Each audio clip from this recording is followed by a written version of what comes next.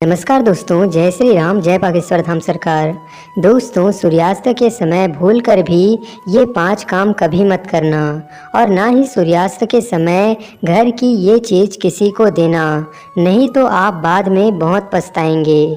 दोस्तों, सूर्यास्त के बाद कुछ ऐसे काम हैं जिन्हें कभी भी नहीं करना चाहिए, क्योंकि ज्योतिष शास्त्र में इसे मनहूसियत और गरीबी का बहुत बड़ा कारण माना जाता है, जिसे आमतौर पर सभी लोग अनजाने में कर बैठते हैं। अगर आप आगे से इस बात का ध्यान रखें कि सूर्यास्त के बाद किन कामों को कतई नहीं करना चाहिए, तो माता रानी जगत महालक्ष्मी आपसे जल्द ही प्रसन्न होगी और आपके जीवन में आर्थिक समस्याओं का अंत होगा। तो चलिए अब उन कामों के बारे में जान लेते हैं जिन्हें सूर्यास्त के बाद भूल कर भी नहीं करना चाहिए। दोस्तों, सबसे पहले नंबर पर आता है कि सूर्यास्त के समय बिस्तर पकड़कर अर्थात पलंग पकड़कर नहीं बैठना चाहिए। इसे घर में मृत्यु का शोक माना जाता है। सूर्यास्त के समय घर में रोना भी नहीं चाहिए, इसे भी मृत्यु का कारण माना जाता है। सूर्यास्त के समय घर में रखी हुई दही भूल से भी किसी को नहीं देना चाहिए, क्योंकि असल में दही को शुक्र ग्रह से संबंधित खाद्य पदार्थ माना जाता है। साथ ही शुक्र ग्रह को धन वैभव का प्रदाता माना गया है, इसलिए सूर्यास्त के समय या सूर्यास्त के बाद दही किसी को देने से सुख समृद्धि में कमी आती है। तो ऐसे में दोस्तों, सूर्यास्त के बाद भूल कर भी घर में रखी हुई दही पड़ोसियों को नहीं देना चाहिए। ऐसा करने से माँ लक्ष्मी नाराज हो जाती हैं। दोस्तों, नंबर 2 पर है कि जब सूर्यास्त हो रहा हो तो उस समय भूल से भी ना तो सोना चाहिए और ना ही भोजन करना चाहिए। अगर आप ऐसा करते हैं तो इससे स्वास्थ्य की हानि होती है। साथ ही साथ ऐसा माना जाता है कि जीवन में धन की कमी पैदा होने लगती है, क्योंकि जो भी सूर्यास्त के समय सोता रहता है तो उसका भाग्य भी उसी के साथ सो जाता है। और वहीं सूर्यास्त के समय कर्ज लेने वाला और कर्ज देने वाला दोनों ही दुखी रहते हैं, इसलिए ऐसा कभी भी नहीं करना चाहिए। दोस्तों, नंबर 3 पर है कि सूरज डूबने के बाद अगर आपको अपने घर में झाड़ू पोछा करने की आदत है तो यह आदत तुरंत ही छोड़ दें और झाड़ू पोछा सूरज डूबने से पहले ही लगा लें, क्योंकि सूरज डूबने के बाद ऐसा करने से धन वैभव का नुकसान होता है और ऐसा माना जाता है कि सूरज डूबने के बाद ऐसा करने से माता लक्ष्मी आपके घर से रुष्ट होकर चली जाती हैं और आप अपनी किस्मत पर ही रोते रह जाएंगे। इसलिए सूरज डूबने से पहले ही घर की साफ सफाई झाड़ू पोछा लगा लेना चाहिए। दोस्तों, नंबर 4 पर है कि कई बार लोग सूर्यास्त के बाद नाखून या बाल कटवाना पसंद करते हैं, जो कि बहुत ही गलत माना जाता है। अगर आप भी ऐसा करते हैं तो ये आदत बदल दें, क्योंकि सूर्यास्त के बाद बाल और नाखून कभी भी नहीं कटवाना चाहिए। ऐसा करने से जीवन में नकारात्मक प्रभाव पड़ता है और धन का अभाव के साथ साथ अन्य समस्याओं का भी सामना करना पड़ता है। इसलिए भूलकर भी सूर्यास्त के बाद बाल या नाखून नहीं कटवाना चाहिए। और दोस्तों, ज्योतिष शास्त्र में कहा जाता है कि सूर्यास्त के समय पर पैर भी नहीं हिलाना चाहिए, इसे बहुत ही अशुभ माना जाता है। नंबर 5, दोस्तों, सूरज डूबने के बाद तुलसी के पत्ते को नहीं छूना चाहिए और ना ही तुलसी के पौधे में जल अर्पित करना चाहिए, क्योंकि दोस्तों, शास्त्रों के अनुसार तुलसी को सूरज डूबने के बाद ना तो स्पर्श करना चाहिए, ना ही उसका पत्ता तोड़ना चाहिए और ना ही उसमें जल चढ़ाना चाहिए। और दोस्तों, शास्त्रों में जो सूरज डूबने के बाद का समय है उसे पूजा पाठ का समय बताया गया है, यानी कि घर में दिया बाती का समय होता है।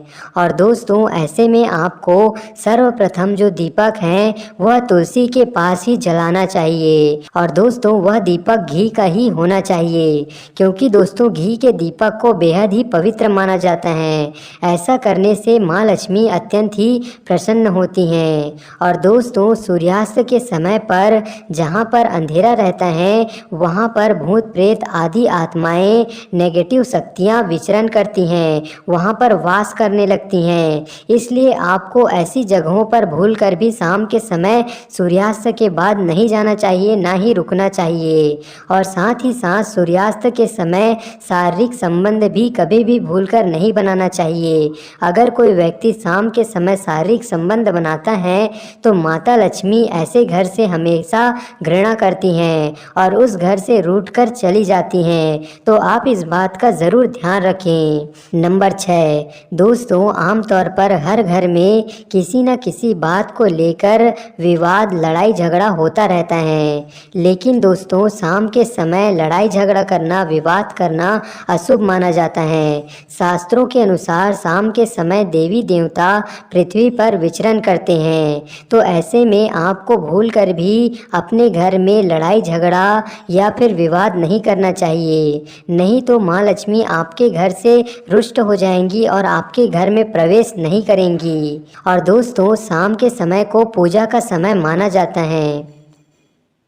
और दोस्तों कहा जाता है कि शाम के समय मन को शुद्ध रखना चाहिए और मन को पूजा पाठ में, भजन कीर्तन में और भगवान के नाम जप में लगाना चाहिए। हमें किसी की भी निंदा नहीं करनी चाहिए, क्योंकि शाम के समय सूर्यास्त के बाद किसी की निंदा करने से घर में हमेशा अशांति बने रहती हैं और ऐसे घर में माँ लक्ष्मी कभी भी प्रवेश नहीं करती हैं। तो दोस्तों शाम के समय आप कभी भी किसी की निंदा ना करें, ना ही किसी को कोसें, क्योंकि ऐसा करना सबसे बड़ा दोष माना जाता है। महिला का अपमान, दोस्तों स्त्री का अपमान करना लक्ष्मी जी का अपमान करना समझा जाता है। और सूर्यास्त के बाद अपनी पत्नी को पीटने और अपमानित करने वाले व्यक्ति के घर में माँ लक्ष्मी कभी भी प्रवेश नहीं करती हैं। ऐसे घर को माँ लक्ष्मी हमेशा के लिए छोड़कर चली जाती हैं और माँ लक्ष्मी के साथ ही घर की सभी सुख समृद्धि शांति उनके साथ ही घर से चली जाती हैं। तो दोस्तों इसलिए आप अपने घर में हमेशा माँ लक्ष्मी का स्थायी वास चाहते हैं, सुख समृद्धि शांति चाहते हैं, तो आप अपने घर की महिला को हमेशा प्रसन्न रखें, उनका कभी भी अपमान न करें, उनको भला बुरा ना बोले, उनको कटु वचन ना बोले, उनसे हमेशा प्रिय वचन बोले, उनको हमेशा प्रसन्न रखें, क्योंकि वो प्रसन्न होगी तो माँ लक्ष्मी प्रसन्न होगी, जिससे माँ लक्ष्मी आपके घर में हमेशा के लिए स्थायी वास करेंगी, जिससे आपके घर में कभी भी धन धान्य की और संपन्नता की कमी नहीं होगी। गलत जगह पर थूकना, दोस्तों कुछ लोग कहीं पर भी थूक देते हैं, लेकिन दोस्तों आपकी इस आदत से जगह तो गंदी होती ही है, साथ ही इससे आपको भी नुकसान पहुंचता है, क्योंकि ऐसी मान्यता है कि जो लोग अपने आसपास के वातावरण को साफ नहीं रखते हैं तो ऐसे लोगों से माँ लक्ष्मी हमेशा रुष्ट रहती हैं और ऐसे लोगों के घर में कभी भी लक्ष्मी का स्थायी वास नहीं हो पाता है। ऐसे घर में बरकत रुक जाती है, ऐसे घर में बरकत रुक जाती है, तो ऐसे घर में बरकत रुक जाती हैं। तो दोस्तों इसलिए आप अपने वातावरण को, अपने आसपास को और अपने घर को हमेशा पवित्र और स्वच्छ रखें, ताकि माँ लक्ष्मी आपके घर में प्रवेश करें और माँ लक्ष्मी का आपके घर में स्थायी वास हो, क्योंकि जो दैवी शक्तियाँ होती हैं वो हमेशा पवित्र स्थानों पर ही रहती हैं, उनको स्वच्छता और पवित्रता बहुत ही अधिक पसंद होता है।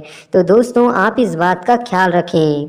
तो दोस्तों उम्मीद करते हैं कि आपको आज की यह वीडियो पसंद आई होगी। तो वीडियो अच्छी लगी हो तो वीडियो को लाइक करके चैनल को सब्सक्राइब कीजिए and thank you so much.